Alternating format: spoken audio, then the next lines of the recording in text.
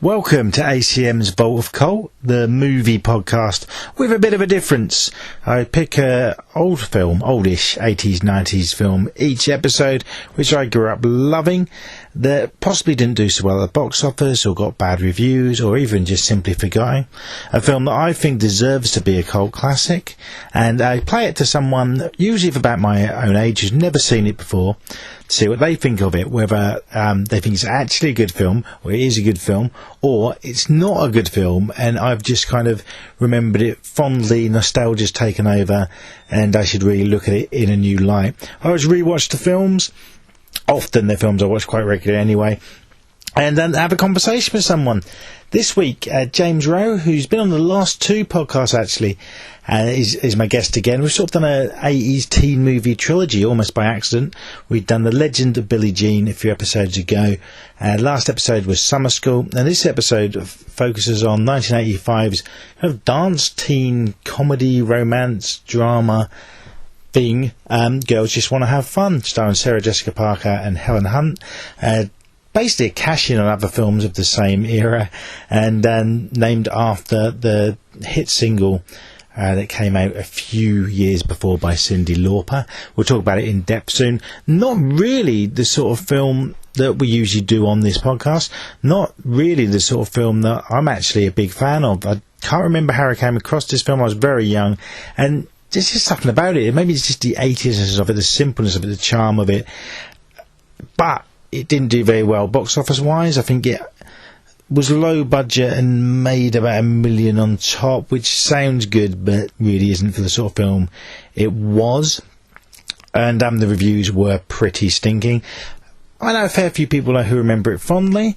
I wasn't sure whether James would like it or not. I was more thinking that he wouldn't. I don't think I was that wrong, but you'll find out when you listen to the interview. Afterwards, I'll just have a little chat about some more recent films I've seen that I recommend and think could go on to become cult classics. This is the interview. This is the first one we've done outside. We've done it in a beer garden, so the background effects might be a bit annoying to you. I'd listen back quickly and say it's alright. I think it gives it a bit of atmosphere. There will be spoilers, but there's not much of a plot to this film, so I'm not sure it really matters. If you're a fan of the film, please still listen. I'd like to know what you think of our thoughts of it. If you haven't seen it, give it a go. You never know. I mean, I enjoyed it. That's why I picked it. This is me, Andy, speaking to James Rowe about 80s should-be cult classic, Girls Just Want to Have Fun.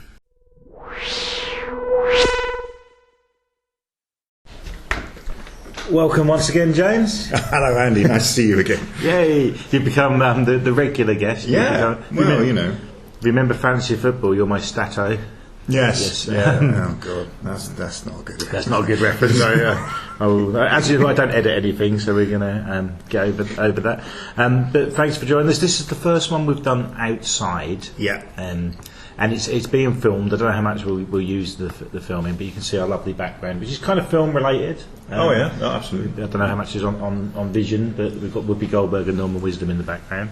We're in a beer garden, so there might be background noise, but I think that adds to the effect.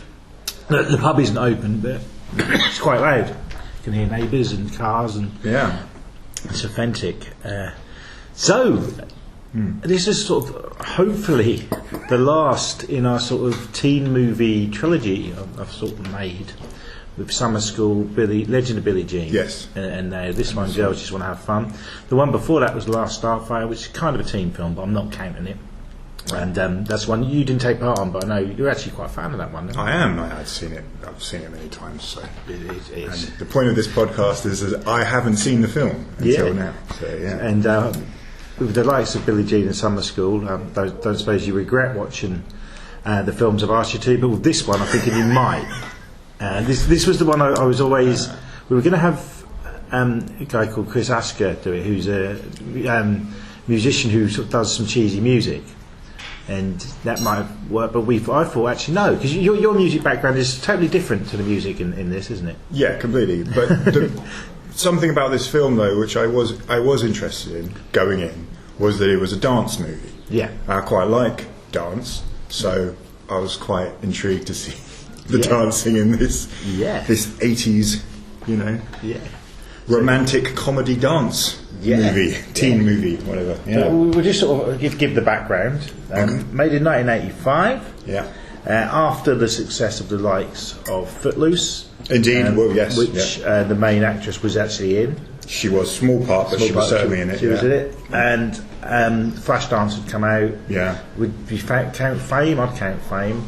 That was more actors, actresses. Fame is the beginning of this kind of phenomenon, really, with teen dancing. Really, I'd say.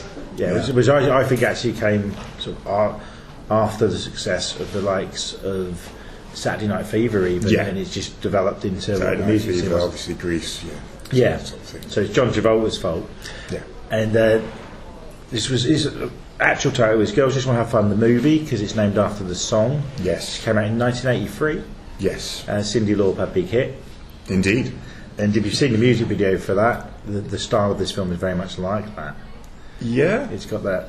The feel, I'm definitely going for the whole feel of that music video, which just off the bat, going to say is better than this film. Okay. It's got wrestlers in it, though, hasn't it? It does. It's got 80s wrestlers in it.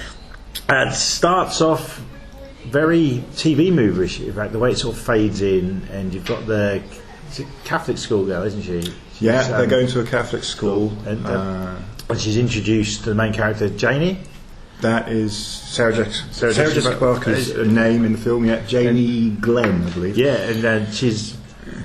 I don't even know if it explains why... Oh, no, her dad's in the military, so he's just retired, so they've moved around loads. And they're settling in... it is Chicago, though you see very little establishing shots of Chicago. There's one, in fact, in the film. It's like, look, there's Chicago, well done, you've got one in there. Sorry, that's just going off already. But so it's suburban Chicago, And she's doing what I don't know if they actually do this in schools. It seems to happen in films a lot. Of a new student comes and they just make them stand in front of the class and embarrass them. It's very much an American thing, it seems. Yeah. And she's sort of really nervous, shy, sort of sniggering, and then she does the line, "I love to dance," which perks Helen Hunt up. Yes. Who also loves to dance. Indeed. Just not as well.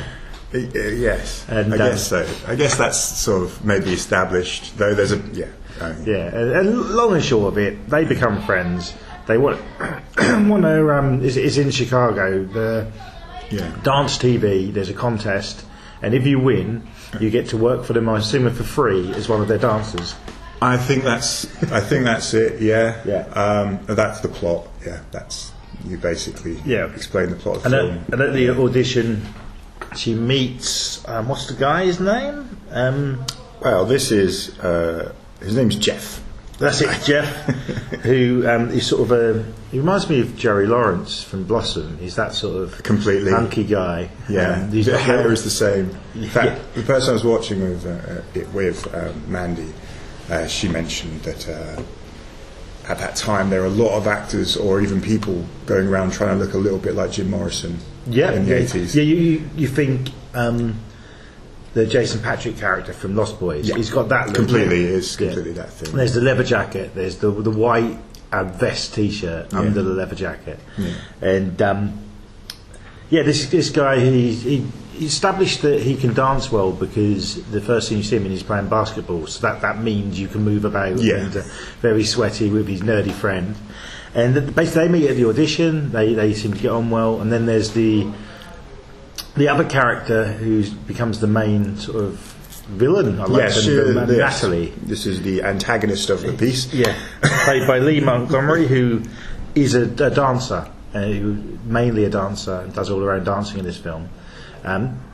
Okay-ish performance, very cheesy. There's lots of sort of her looking off to the side and giving funny looks with her evilness. It's one bit when she makes a phone call to get Janie in trouble. It so reminds me of that scene. Is it in The Wedding Singer with John Lovitz? And he sort of looks at the camera and does that sort of evil. Vaguely remember that. Yeah. So. They become instant enemies. There's hints that she's got some sort of backstory with the main guy. That she definitely likes him. Yeah, it's another one of those things which you get in these movies where they're either gone out or you want to go out with, but you don't as the same thing with all of these kind of things, not really too much backstory to the characters. We don't really know, too much about them. We're just thrown into it. Yeah. And she's got a rich dad who is basically the boss of of Jeff's dad. Indeed, yeah. So Jeff's dad is a working class man. So we have class conflict in this film as well. Very good. At one point, he basically her dad threatens to fire. Well, this is it. If Natalie doesn't, if you don't do the dancing, then your father's going to lose his job. Yeah. Kind of thing. And at the audition, she showed that she bribes the people to even get through. Yes. But it's very much like, how, because she can really dance, this character.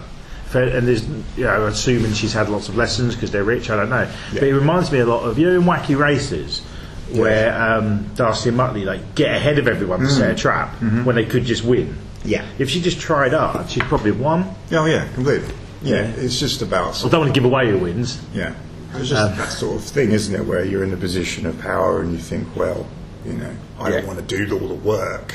Just get someone to do it for me or pay someone off. It's the $1 million man. See. So one thing I like is, Jeff's really good at dancing because he plays basketball. That's the only reason I can see. He wouldn't have gone to dance lessons and stuff. No, he just apparently is a great dancer. Again, no backstory. We're not told about him, spending hours upon hours with, in secret learning to dance or anything like that. Yeah. It's just, I'm just a brilliant dancer. All of a sudden. And Janie can dance really well because she's good at gymnastics. Well, yes. So that's sort of a reason for that. Yeah. And there is a lot of gymnastics in the dance routines as well. So just to make sure that we all remember that she does gymnastics. And it's a really we've sort of gone over the plot. There's so many montages in this. I think that's half the film. It's the director Alan Mehta. He came from music videos, lots of Olivia Newton-John, which I imagine would be the sort of physical era. I don't know if he actually done that video, but I get the impression. I reckon he probably did. Yeah. I don't know for certain, but he probably did. Yeah. Interesting guy. I mean, I think I really like his work because when you look at it, he co-wrote some Steve Martin specials. Yeah. Rodney Dangerfield specials, done the same and directed. He'd done the film Moving with Richard Pryor. Don't know if you've seen that one. No, I haven't, but that's really good. Dana Carvey's got an early role in that. Right. It's great. I say it's really good. I remember being. He'd done Back to School with Rodney Dangerfield, which is another one I like. Again, that's another one I have not seen, but I just I think you'd like that one. Oh, maybe. I mean, I'm a big Rodney Dangerfield fan. Rodney Dangerfield goes to high school. I mean, that's what they should have called the film. But then his career goes right downhill when in 1994 he done Police Academy 7 Mission to Moscow. Well, I've got that written down here because I just thought, well, that was the only film that I thought, well, I actually haven't seen it, but I know the series very well. Yeah. So, Well, you know me, and listeners can probably guess if they've heard other podcasts. I really like the Police Academy franchise. Yeah. Grew up with it, but I really don't like Part 7. It's one of those that I've tried. I've watched it 3 times. And it's got a great cast. Christopher Lee's in it. Brilliant. What's his name? Who's Ron Perlman? Brilliant. In it, and it just isn't funny. I mean, a lot of people say that about the franchise in general, but I think it's because it's not likeable. Right. Whereas the other ones, the characters are likeable and it's silly. So you kind of, even if you don't laugh, you're like, they're nice people, and but it's hideous. All right. But anyway, so. Well, I will stay clear of that one then. Yeah. I did see a copy of it for £1 in CX the other day, and nearly bought it just to give to someone as a cheeky present. But I don't think even I could do that. And then he sort of hasn't done much since, but he must be getting on, to be honest. Yeah. But, and everyone's career in this, it seems, who's not in it, was quite, well, not nothing necessarily, but very small. I mean, the producer, the only one that I was looking at, I was like, well, the producer, Chuck Russell, I do know a little bit because he made some horror movies in the 80s, which quite like Dream Warriors and the remake of The Blob. Okay, cool. And didn't the guy who played Jeff, whose name escapes me, the only other sort of things he's been in sort of cheesy horror films? You know what? I never seen him in anything else. I looked him up, and he was a child actor. Yeah. And he was in a movie called Ben, which was a film about the rat film. Yeah. Which Michael Jackson did the theme to. Yeah. But I think he gave up acting. Yeah. I think late 80s, early 90s, he was doing horrors. Yeah, and then he just quit. It's probably to dance. Maybe. Yeah. But I think he does the convention circuit now. Cool. So I might get to meet him. Yeah. Yes. Sarah Jessica Parker, of course, who was only 20. She'd been in the TV series Square Pegs, which I'm aware of, but I don't think she might not have been shown over here. The reason why she got this job was one of the writers who's not credited on this film was a writer for Square Pegs. Oh, okay. Yeah. I assumed it was because she was in Footloose, which might have helped. And this was sort of a cash in on that. Maybe, but I think more to do with Square Peg. I think was a much more popular franchise or show. Yeah, I don't think Footloose was necessarily a big hit at the time. No, I think it became later on. And that's one of the reasons I watched this film. I can't remember why I watched it. I think I caught it on TV. It must have been on an afternoon. I'd have probably been 10, maybe younger. Right. And thought it was fun. And then I remember it was on late night TV a while later, and it seemed like ages later, but it had been like a year. And I'd have been about 11, 12, videoed it, kept it on video, watched it a lot. Just because it was that easy, nothing. The film, there's never a fret in it. It's like watching an hour and a half fun music video. Yeah, I understand. I do understand that way of thinking completely. I can understand how people would like this film in that sense, that it is quite tame. Yeah. There really isn't any, like say, threat, or there's a couple of things from now that I look at and go, that's not cool.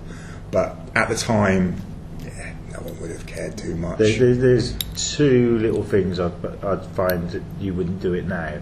I'll come back in a minute. Yeah. But I generally think as well, if I wouldn't have even watched this film now, mainly because I've got nothing against Sarah Jessica Parker now. At the time, I'd have seen LA Story, which I really like. She's in that. Yeah, of course. Steve Martin, isn't it? Yeah. And I really don't like Sex. Is it Sex and the City or Sex in the City? Is it Sex and the City? Is it one of the two? Yeah, one of those. I think it's Sex and the City. That's really put me off her. I've tried to like it, in fact, because a lot of people do. It's not good, is it? No, it's not. It's not for me. No, me neither. And then she's just gone on to be in sort of lame romantic comedies with Hugh Grant. Hugh Grant's kind of redeemed himself, in my opinion, in recent years, but just not the sort of film. No, and I think if I'd have started to watch it, Helen Hunt's a good actress. She's been absolutely, and not only is she, she's an absolutely fine actor, and definitely the best person in this by a long way. And her character is quite likeable. It's stereotypical. Yeah. It is what nowadays we refer to the two characters as the introvert and extrovert. Yeah. And that I like that, how it works, even though it's a bit. Both characters are a bit over the top with what they are. And also Helen Hunt's character doesn't seem to have any parents. Yeah, no parents, no anything really. I mean, maybe she's living in the school. I don't know. The Catholic school might be it might be boarding. I would say there might be some. She gets on a bus. They get on a bus at the end of the day, so she's going somewhere. I'd like to think it was they've cut scenes out, but I think it's lazy writing. No, it's really lazy. But her character is the sort of rebel of the school. There's a few jokes in there with her. She just doesn't seem to care. I like that. Yeah. Sarah Jessica Parker's character is meant to be the audience, I think, the nervous, I want to do something, and it's the go for your dreams. Yeah. Every parent in this is well anti what they want to do, which is another, going back to what we've said before of adults in film. Yeah. The mum doesn't seem to care, but the end is quite nice. Yeah, I mean, you're right, absolutely. It is another one of these films where the authority figures are bad. But in this one, even the father, who is a colonel in the army, who's so he's going to be very regimented and strict and all the rest of it, but he still seems fairly decent. He's not. He comes around at the end, doesn't he? Yeah, well, of course. When she's doing well, he's she's good. She's good. She's won. Yeah, that's something. But even when he is like strict and stuff with her, it's not like it's it's still very tame. Like it's still very nice. He does at one point say, "Don't sass me." I like that. That's one of the few quotes I've written. Then from the Natalie character does say at one point, "This means war," which is really sort of then looks at the camera almost. I think that's great. But the actor who plays the dad is in loads of stuff, isn't he? Oh, what do you mean, Sarah Jessica Parker's dad? Ed Lauter. He was in Ed Lauter. He was a character actor in many things. He was plays often again authority figures, cops. Yeah. Well, the same year he was the main cop who arrests Charles Bronson in the classic Death Wish 3. Oh, there we go. Came out the same. He's in more recently. He died probably about 10 years ago, but he was in The Artist. Right. And the other notable one I remember from was Raw Deal, the Arnie film. Right, yeah. But he's 109 credits. Yeah, I was going to say, especially in the 80s, you just put on an 80s movie, an American 80s movie, good chance you pop up. Yeah. You know. Yeah. Playing some small, tiny, generally very small part. Reliable actor though. Yeah, clearly. But there's moments in this he isn't great. No. On a rewatch, it was like, I don't know, it just bad acting at some points. But you can put a lot of it down to editing, I suppose. But I just think no one or most people in this film didn't really care. I just get the feeling that it's just sort of this is a job, a really quick job as well. I think they must have shot this quite fast. But some of the dance scenes must have took a while. Oh yeah, but that's the music director. Yeah, that would be a whole other part which none of the actors who are not dancers would be involved in. Because a lot of I'm guessing Sarah Jessica Parker could dance, but a lot of it isn't her. It's clear. Completely, and not only is it not her, it's awfully not her. Yeah. You can see the faces fairly clearly on a couple of shots. Yeah, get that in. I like it. It's that's okay, fine. I'm always reminded of there's a scene in an old A-Team episode where Mr. T is going on a rope down like a mountain or something, and it's clearly like a white man with a Mr. T mask on. Yeah, brilliant. And bits of it like that. And to me now that adds to the charm of this. Sure. But Lee Montgomery could definitely done all her dancing. But then you can sort of tell she's not an actress, whereas I think Sarah Jessica Parker isn't amazing in this film, but there's not much to fault. Yeah, I've certainly seen her worse. I've also seen her a lot better. Hocus Pocus, although that's a love-hate film, you can't really fault her in that. She's really good at that sort of. They're doing a sequel coming out. It's been filmed. It comes out September, so that's right. That'll be an interesting one. There's something I could do a podcast on the original one, but I didn't overly love it. I think I've become to like that one more over the years. When it first came out, I couldn't care less. The kid from Erie, Indiana's in it. That's right. I remember. And I'm sure it's the same cat from Sabrina the Teenage Witch, but who knows? Just talk about some of the cast of this. The judge, I don't know if he's judged at the auditions, and I think he's the producer. Right. Is a guy called Terry McGovern. He's done loads of voice work and literally loads. He was Launchpad McQuack in the DuckTales and that sort of thing. Very recognisable face. Did you recognise him from things? Well, I thought maybe, but no, wasn't. I think really. Probably one of those actors who's been in loads of stuff like Murder She Wrote and all. Right. Okay. So a lot of TV. Yeah, a lot of TV. Yeah. And Jonathan Silverman is Drew, who is the friend of Jeff, who such a sleazy little character. Not happy with this character, in fact. When she gets on a motorbike, he says at one point, the safest thing you'll ever have between your legs. And then they're like, what? Then it cuts. Yes. It's like, it's a PG. And he went on to be in Weekend at Bernie's. Yeah, and the sequel. Yeah, Weekend at Bernie's too. Which, Weekend at Bernie's, classic, right? Really like it. One joke, dead body. Yeah. Second one, shit. Yeah, completely pointless, Yeah. They haven't even buried the body. And he was in a lot of stuff. He was 19 at the time. And, the character's he's just a sleaze. He's not even a likeable Peter Venkman sleaze. There's nothing redeemable about this character, really. I think they tried. I also didn't like the fact that he was trying to sell things as well. He's trying to be entrepreneur. trying to be Styles from Teen Wolf, but not. There's no humour. He's just trying to sell things. It's awful. I just thought, what is going on here? Why? What was the thinking behind this character? I think it's a rip-off of other characters. Yeah. They're trying to get this. There is a thing in the 80s where there's the likeable sleaze. Mahoney, going back to Police Academy, was a bit. But this guy, even as a kid, I didn't like him. No.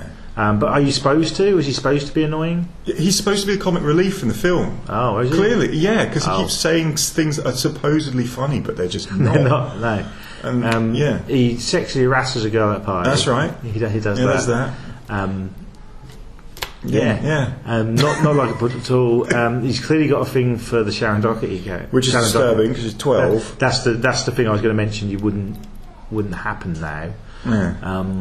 She seems to like him as well by the end. Yeah, which is, I suppose, is how they save that. Yeah. In any kind of way, is that you go, oh, well, it's not really him who likes her. It's her who likes him, sort of thing. Like a crush. Your child. Yeah, he that's just his personality. Yeah. He's like that with everybody.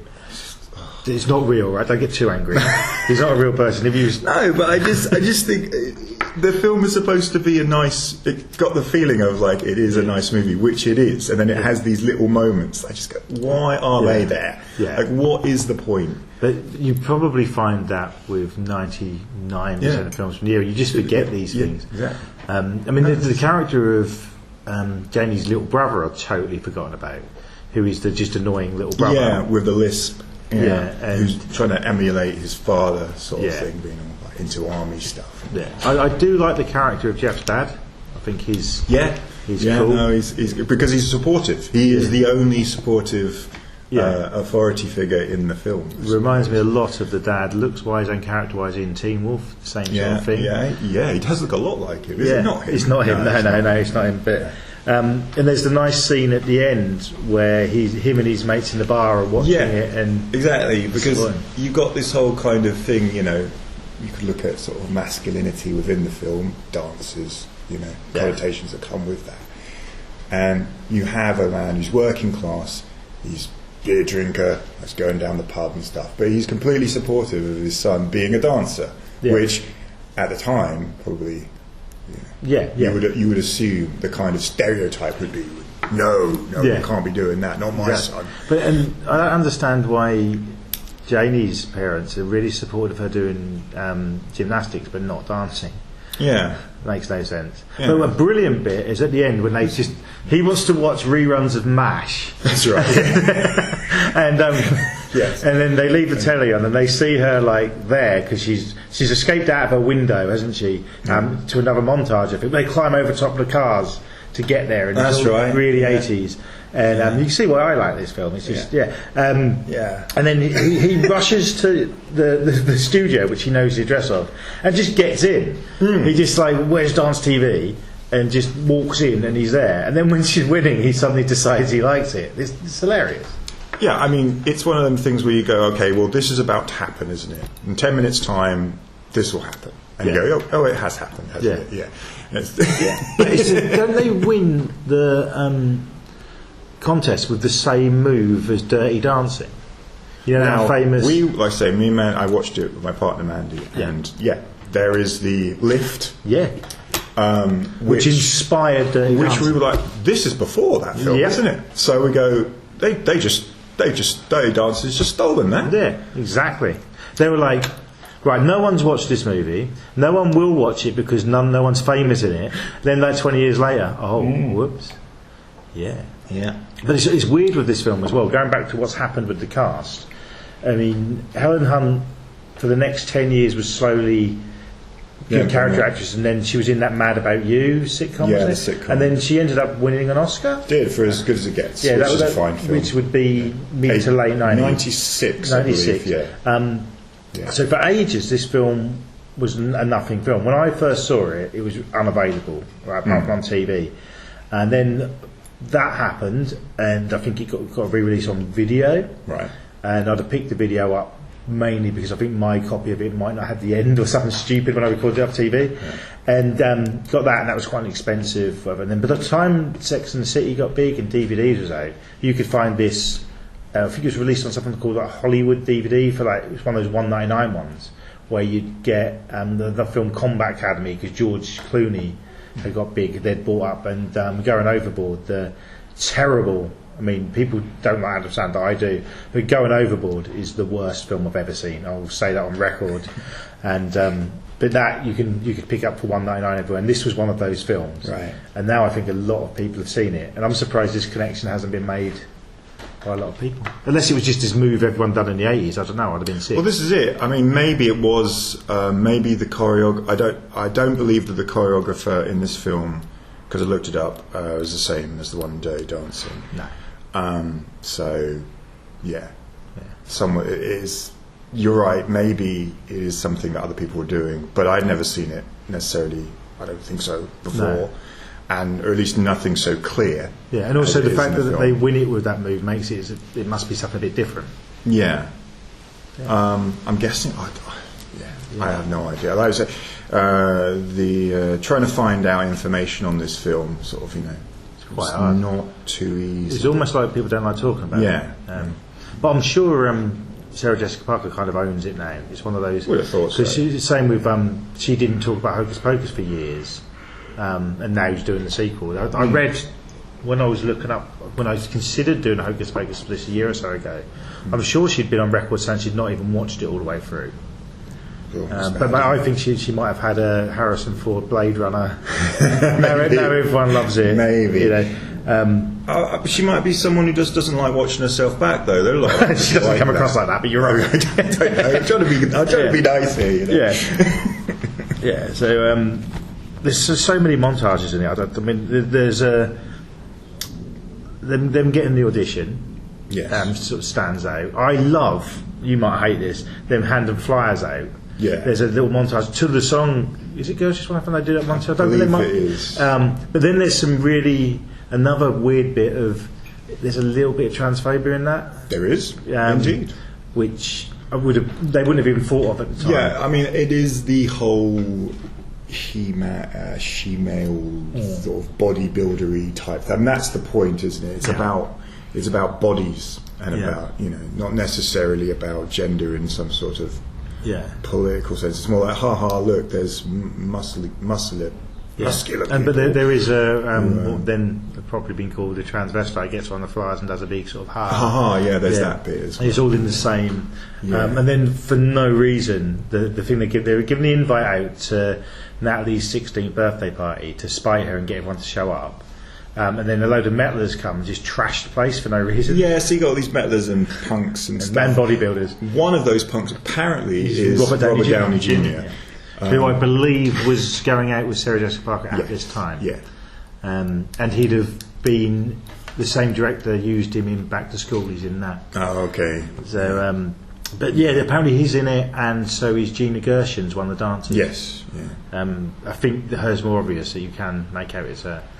But yeah, that scene's just it's meant for laughs. It does make me laugh, but it's just horrible when you think about it. They just trash her birthday. Yeah, completely. Yeah. I mean, and there was no.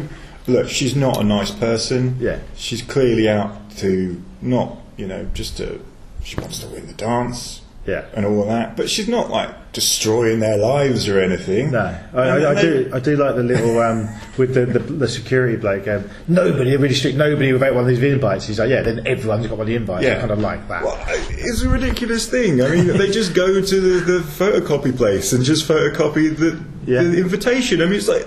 Okay. And they hand the invitations out while dancing, and everyone who receives the invite starts dancing. Dancing as well. It's amazing. Yeah, well, it's fame. That's it's like exactly. So yeah, I like that. That's good.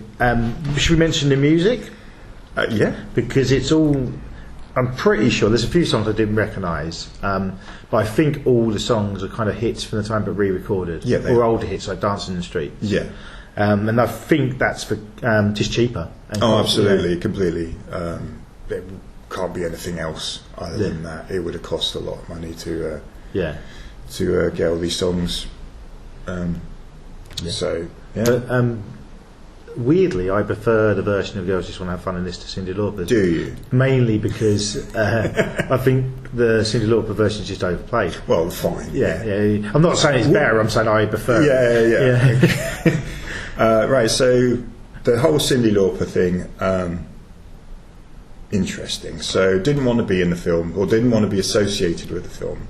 Yeah. And didn't give any permission for her version of the song to be used. And also, because it's not her song. Yeah, she didn't write it. That's how they got around it. Yeah, but she did write some of the lyrics on the version that she's recorded. Some of the lyrics are hers, and she said you can't use those lyrics. So, do you reckon this was just because she wanted more money?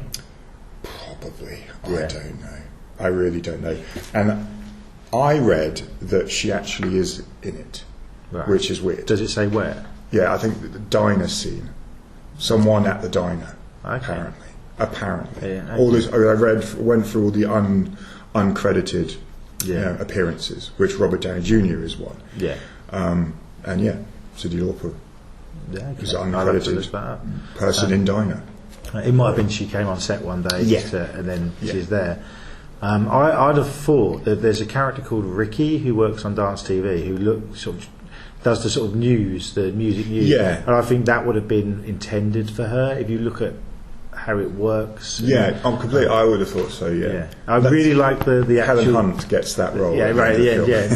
Somehow. Yeah, just turns out. Because Ricky quits because she gets the arse about something. I can't think what. I can't remember. But the guy who is the actual presenter is a real sort of TV disc jockey, and was. Yeah, well, he had the voice of one, so I would have thought he was brilliant. I thought he was great. He's just really cheesy, happy. Even when you see him not on camera, he's the same. Yeah. When it's all going a bit wrong, I just think that's very MTV of that time, and that's another thing this was cashing in on, because MTV was massive then. It'd only been going a few years. Dance TV is MTV, isn't it? I guess so, yeah. Yeah, so that's another reason why it's so 80s. I'm not winning you over with this. No. I mean, like I say, I personally, if we're just talking about it from a cinematic point of view, there is very little in it that I can appreciate, really. Not even the dance routines? No, not even the dances. I think they were sloppy, mostly. I thought it was quite lazily done. I thought it was very music video. Yeah, and that's what it is. I thought I was convinced they threw this together pretty quick. Oh yeah, I mean it was get it out. And the choreographer is quite famous for doing choreography in movies, mostly in sort of African American movies. Okay. So worked with Spike Lee a lot. Yeah. And, I generally think this was. I mean, it was 2 years after the song came out, so they'd been filming it a year after Footloose. Yeah. So it was a matter of, right, let's jump on this trend before it, and that might be one of the reasons it didn't do so well. It still made money. It still made over $1 million more in its budget, which isn't massive, but it made money at the box office. Did it really? Yeah. I'm quite surprised by that, and I don't mean that as I just. Well, you got to think though, it was low budget, and so they made more. It doesn't mean it's. Yeah. This is the sort of film they'd probably want to triple, quadruple the budget on. Oh, definitely. And they didn't. So it might be that was at the end of this trend. You know, there'd been a lot of these films, and this was one of the last to come out. Because I can't think of any dance films post '87, probably. Yeah. Actually, I can't really think of any after this. Well, there's Dirty Dancing. That's a bit different. That's more 50s. Yeah, 50s. And Dirty Dancing as well. That's a film. I've only seen it once, maybe twice years ago, and that's creepy. Yeah. No one really do talk about it, but people are, well, it's a classic, so that's not mentioned. Yeah, sure. It's not a good film. all I really remember about that is that bloke who was the mate of Jessica Fletcher in Murder, She Wrote in it. He's good. No. Do you know who I mean? He's brilliant. Do you know what? It's not. You're not a big Murder, She Wrote fan? I remember watching it as a kid and liking it, but I really don't remember too much. Yeah, he's got that face. He's got one of those. You'll be surprised that the only credited writer for this is Amy Spies. Yes. Who does she? No. It's her debut feature, really, and she went on to write the original run of, or co-write, Beverly Hills 90210, which is the Shannon Doherty, probably, and Melrose Place, which I don't even know if that was shown in this country. It might have been on Sky or something, but that was huge in America. Yeah, more of an adult. Is that a soap opera? Soap opera, with it was like Heather Locklear and people like that, right? In it. I remember from that it had, I forget the actress name, but the female lead in Spaceballs was in it. Okay. Someone who's in The Fly too. Yeah, I know who you mean. Can't remember her name, but yeah.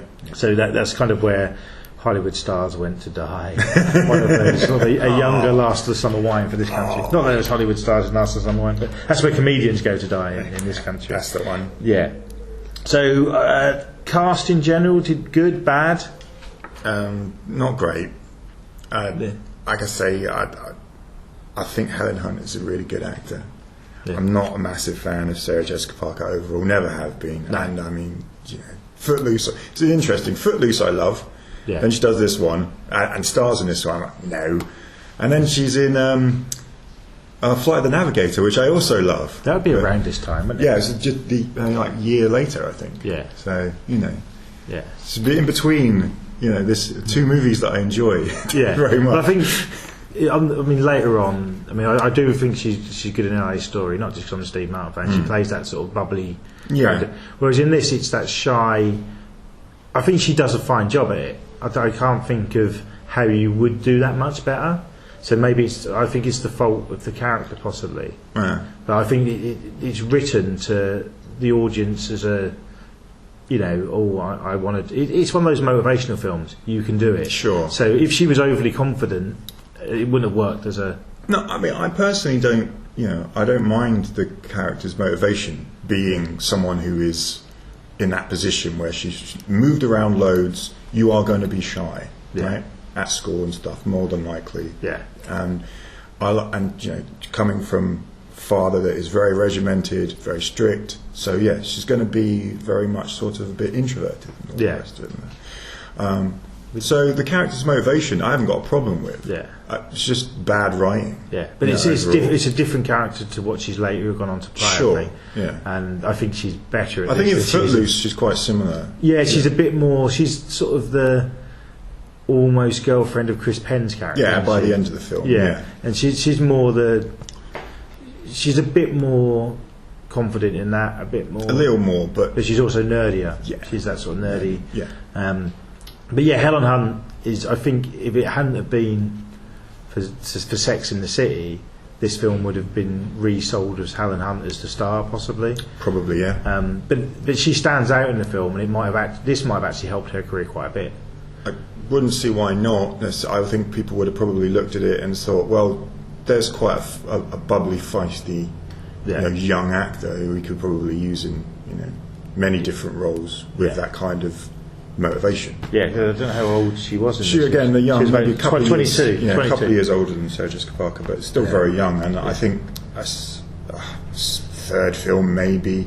I'd seen her in a film before this one from '84 called Trances, which is a series of movies, which is like the. Was that before this? Yeah, year before. Okay, yeah, that's a great film. Yeah, so.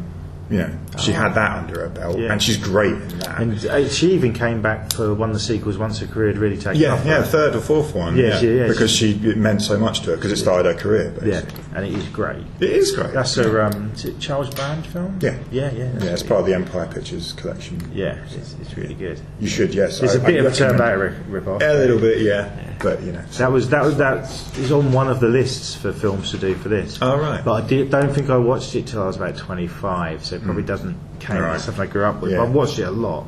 Yeah, it's great. And there's a decent Blu-ray of it with loads of extras and stuff. So watch that after you've got through half of this. Watch that. Yeah, definitely. But yeah, this is another one where when I was a sort of film I'd talk about in my mid-20s, and a lot of people who'd seen it liked it. Right. And as I was saying earlier, it's definitely one that the way this podcast works, I'm not sure I'd like it if I hadn't seen it before now. I'd probably laugh at it, and so like it with that respect. But I don't think I'd even watch it.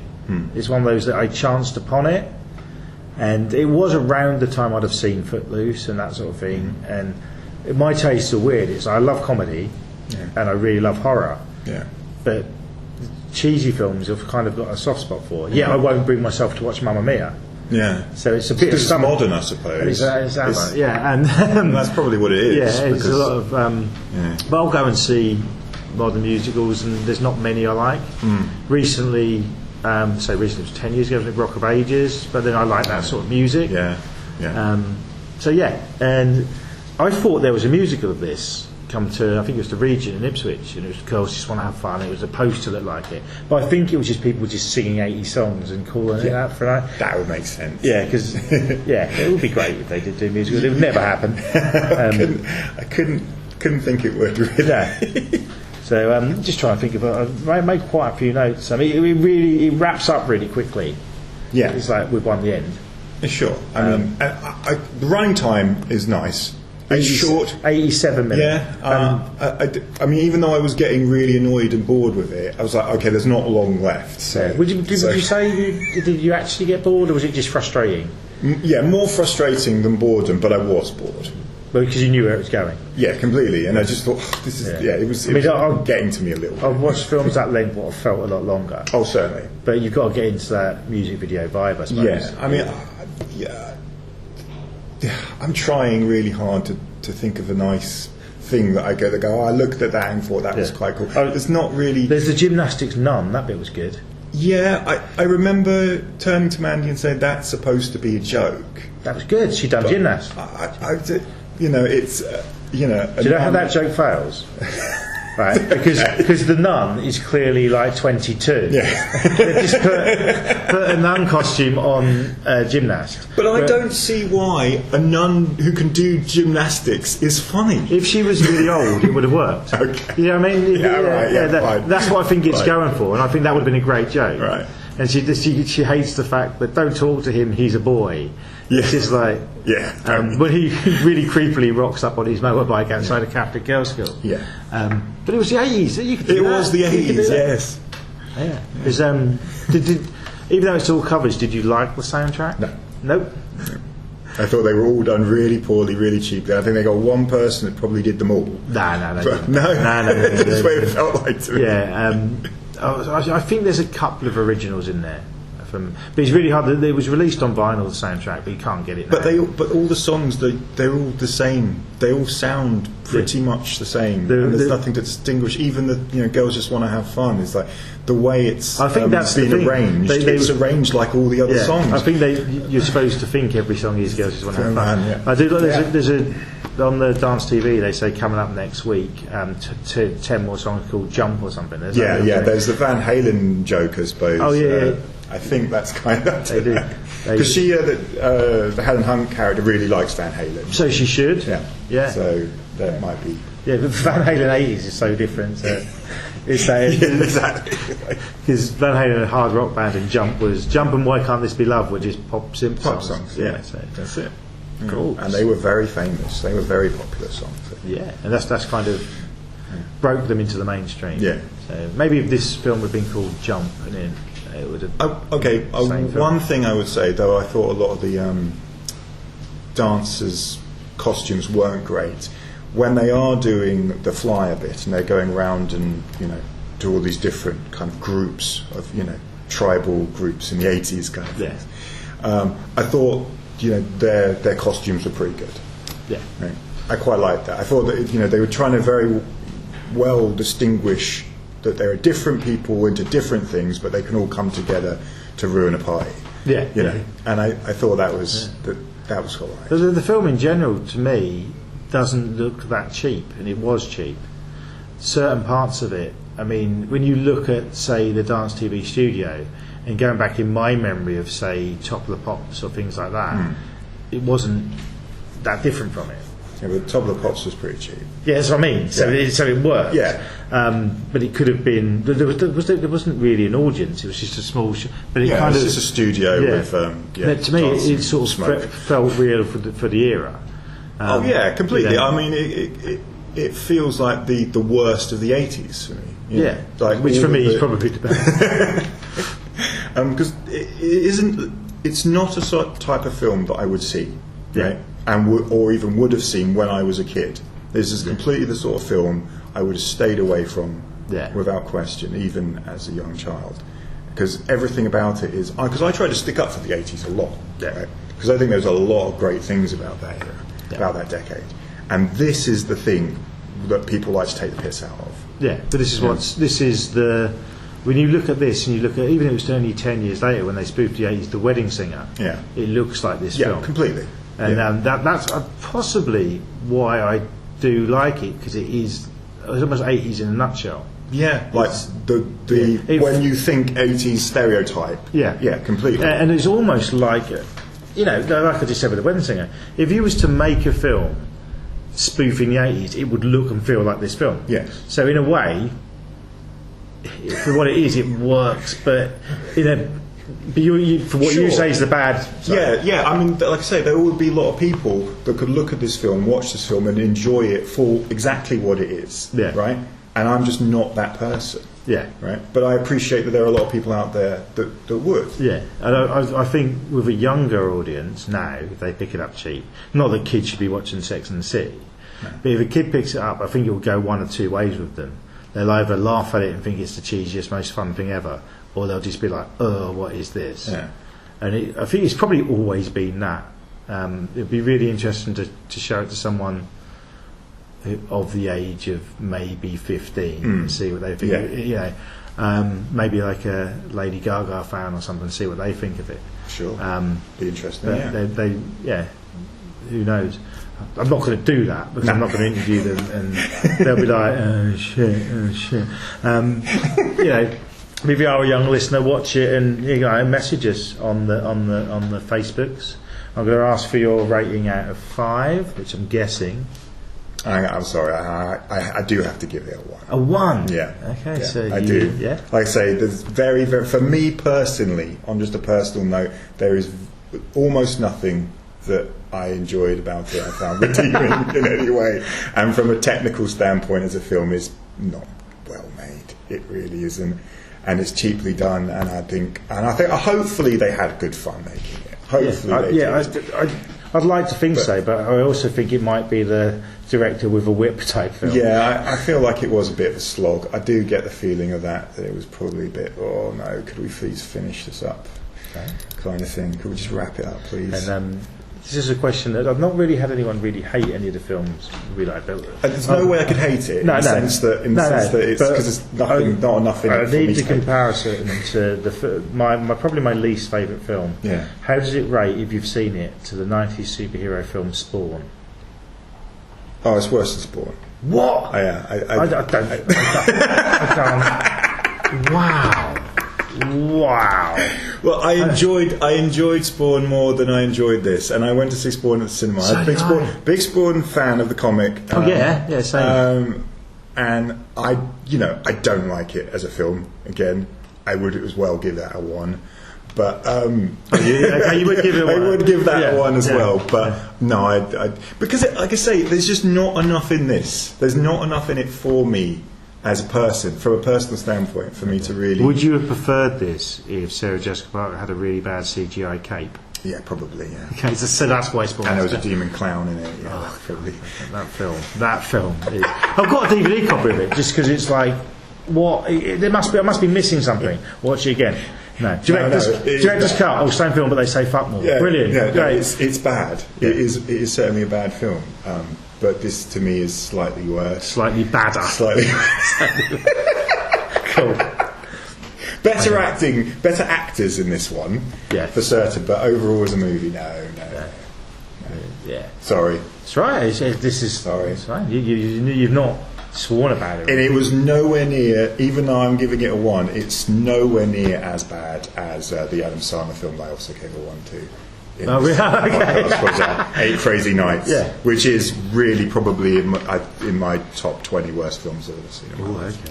Yeah. Can you quickly, while we've got you, name 5 other films that you really don't like? Right, 9 Songs by Michael Winterbottom's bloody awful. Don't watch that one. That's a pretentious, awful film. Death Proof by Quentin Tarantino, I think, is just god awful. Let me think. Oh, another Sandler film. What was it called again? That's My Boy. Oh, that's my boy. I was about to say. I'll stop slagging Sandler off, but that one is bad. That one. That's it. No more of Sandler. Yeah. Oh, Garbage Pail Kids movie. I've never seen it. I want to. Oh, it's so awful.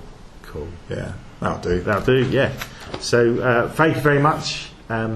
we'll have you back if you want. Yeah, after that. And but the list of films for this season, I think apart from one which, if the person who said they'd do it pulls out, maybe we could do that one. I won't mention what it is in case they do it. Oh, okay. Yeah. But if not, I'm constantly watching films and constantly thinking if it's appropriate for the podcast. Right. So one I'm going to rewatch soon is the second RoboCop. Okay. I'm going to have a think and look how well it done and stuff, because critically it didn't do very well. No. And that's a film I liked as a youngster. Me too. I haven't seen it for bloody years. Oh, so, I saw it, I think, last year.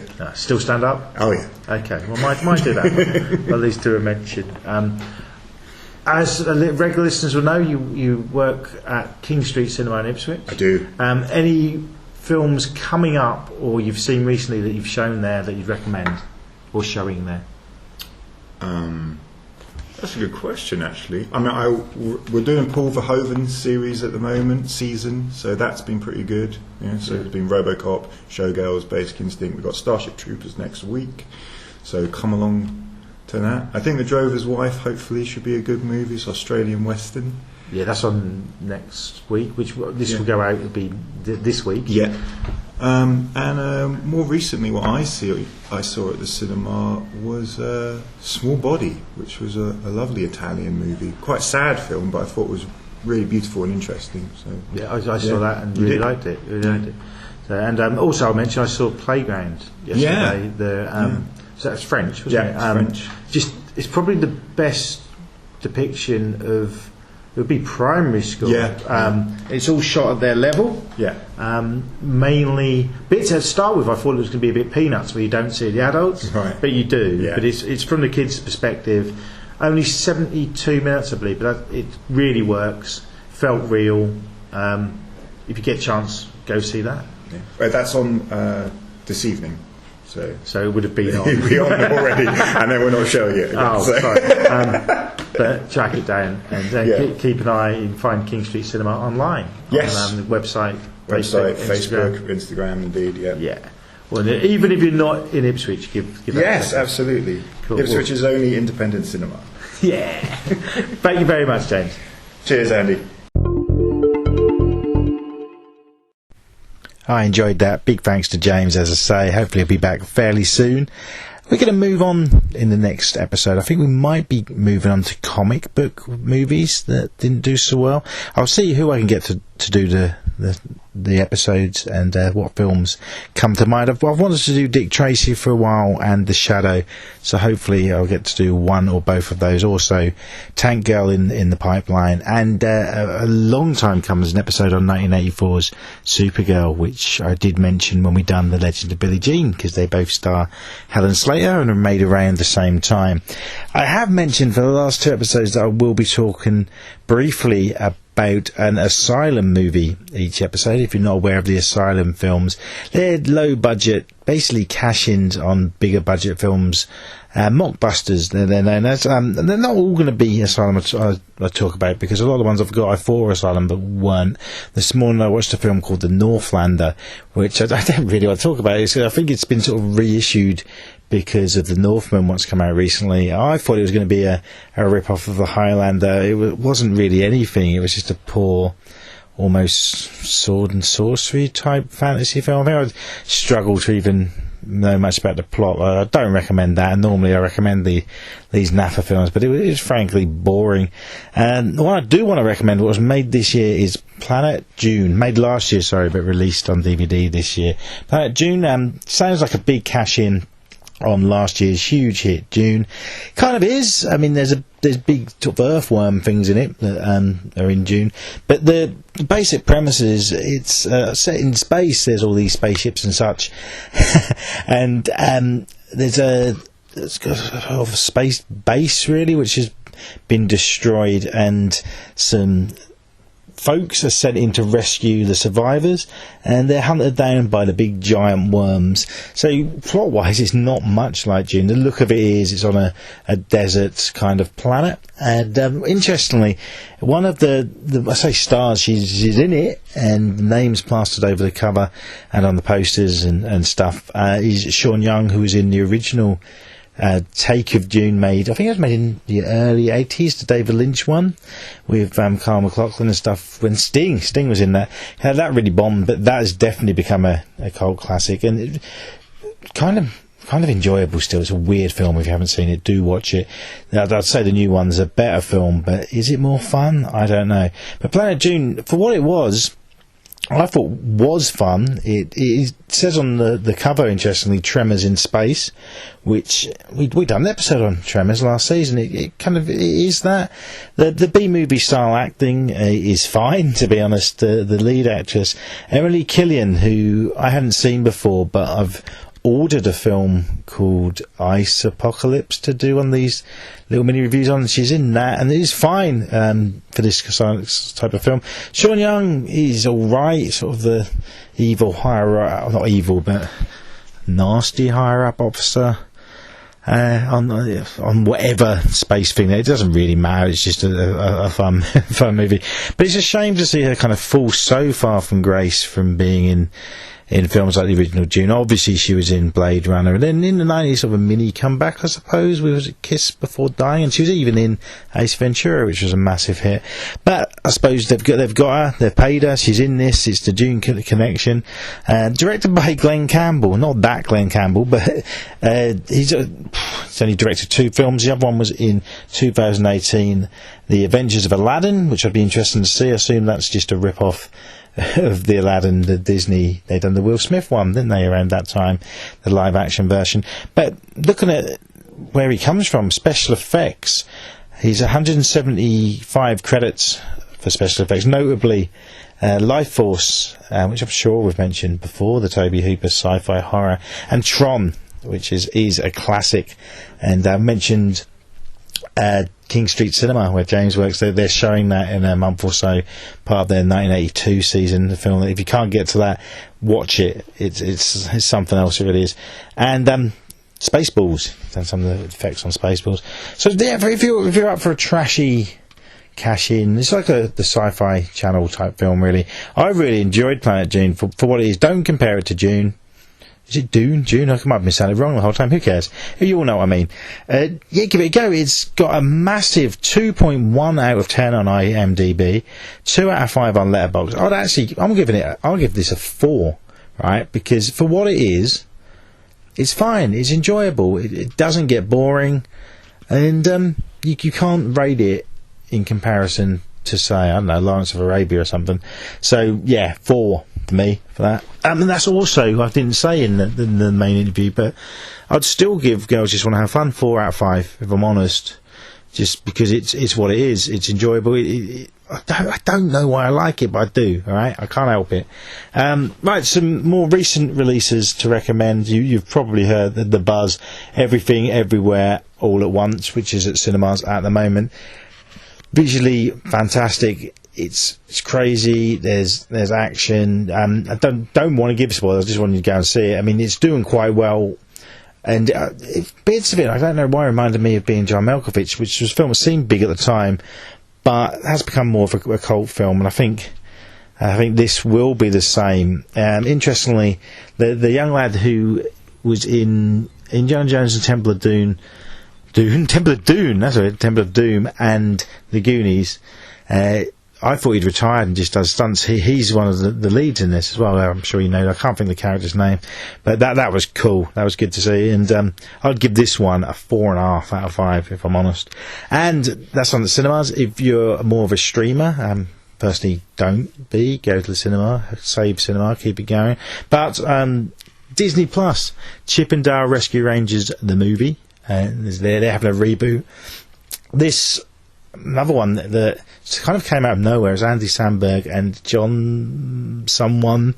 I didn't make any notes on this. They voiced Chip and Dale. It's basically set after the TV series. They're actors who have gone their separate ways, and it's kind of a crime mystery over one of the other characters going missing. It's everything the second Space Jam should have been.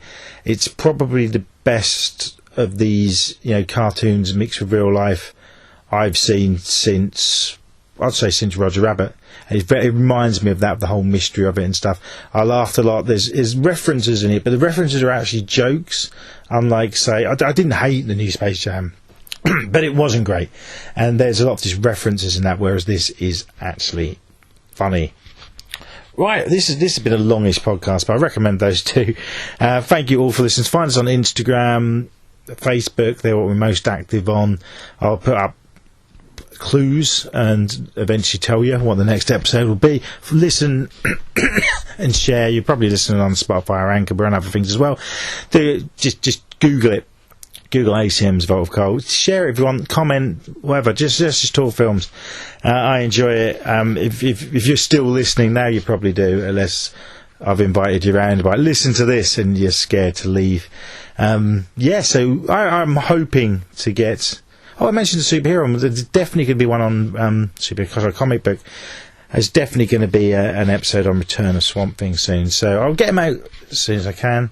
We're near the end of season 2, but I'm going to basically start season 3 a month or so after. So Oh, and as of next week, I'll be briefly mentioning next episode. Briefly. Whoa! I've been talking too long.